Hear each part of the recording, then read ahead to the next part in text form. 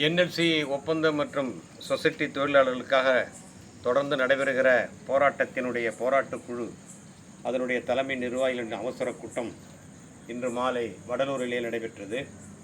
இந்த கூட்டத்திலே அவசியமான முடிவுகள் எடுக்கப்பட்டிருக்கின்றன.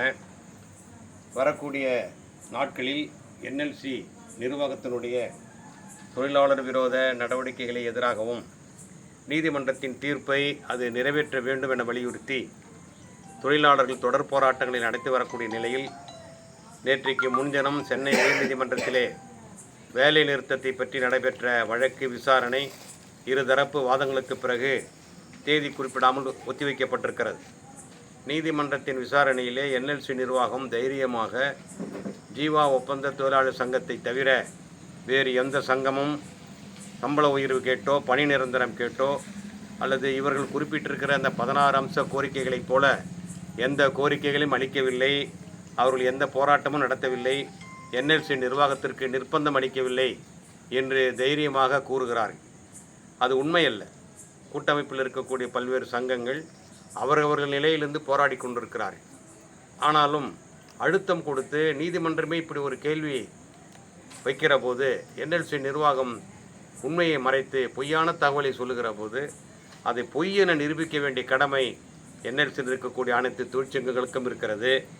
துரதிருஷ்டவசமாக நம்முடைய போராட்ட குழுவை சேர்ந்தவர்கள் போராட்ட கூட்டமைப்பை சேர்ந்த நிர்வாகிகளிடத்திலே நீங்கள் எவ்வாறு கோரிக்கை என்எல்சி நிர்வாகத்தில் அளித்திருந்தால் அந்த கோரிக்கை பட்டியலை எங்களுக்கு தயவு செய்து கொடுங்கள், அல்ல என்றால் சமூக வலைதளங்களிலாவது அனுப்புங்கள்.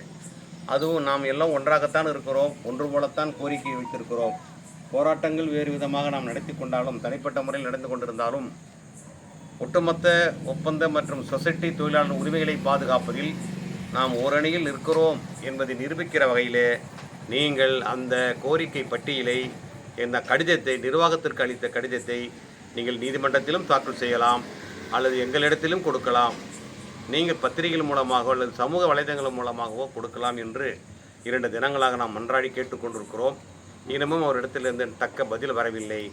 எனவே தொழிலாளர்களுக்கு வேறு கருத்து வேறு விதமாக நீதிமன்றத்தினுடைய கவனத்தை திருப்புவதற்கும் கவனத்தை ஈர்ப்பதற்கும் மத்திய அரசு மாநில அரசுக்கு எதிராக முன்னதாக ஒட்டுமொத்த ஒப்பந்த மற்றும் சொசைட்டி தொழிலாளர்கள் நீண்ட 25 ஆண்டுகளுக்கு மேலாக பணி நிரந்தரம் கேட்கிறார்கள்.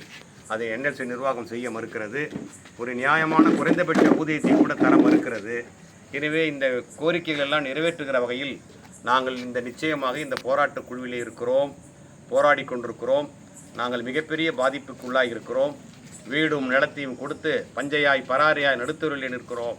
எனவே நீதிமன்றமே இதோ இவ்வளவு எண்ணிக்கையில் இருக்கிற எங்களை நீங்கள் பார்த்து நல்ல தீர்ப்பு வழங்குங்கள் என்கிற முறையிலே அரசாங்கத்திற்கும் நீதிமன்றத்திற்கும் நம்முடைய எழுச்சியை காட்டுவதற்கு, நம்முடைய உரிமையை நிலைநாட்டுவதற்கு, நம்முடைய கஷ்டங்களை கவனத்தை நீதிமன்றத்தின் பார்வைக்கு திருப்புவதற்காக வருகிற 23ஆம் தேதி வெள்ளிக்கிழமை மாலை 4 மணிக்கு மேல் 7 மணிக்குள்ளாக 3 மணி நேரம் என்எல்சி பேருந்து நிலையத்திற்கு அருகே இருக்கக்கூடிய சிபிஎஸ் பஸ் திடலில் நம்முடைய தொழிலாளர்கள் அத்தனை பேருமே சீருடை அணிந்து என்எல்சி தொழிலாளி தான் என்று ஒரு உத்தரவு பிறப்பிக்கவில்லை என்றாலும் நாம் செய்து கொண்டிருக்கிற வேலை என்எல்சியினுடைய சீருடை அணிந்து ஹெல்மெட் அணிந்து ஷூ அணிந்து பேட்ச் அணிந்து எப்படி நாம் வேலைக்கு போகிறோமோ அதே போல் வேலையை முடித்து வீட்டில் இருப்பவர் கூட யூனிஃபார்மோடு சீருடையோடு வந்து பங்கேற்று பாருங்கள், ஆயிரக்கணக்கான தொழிலாளர்கள் நாங்கள் இங்கே நிற்கிறோம்,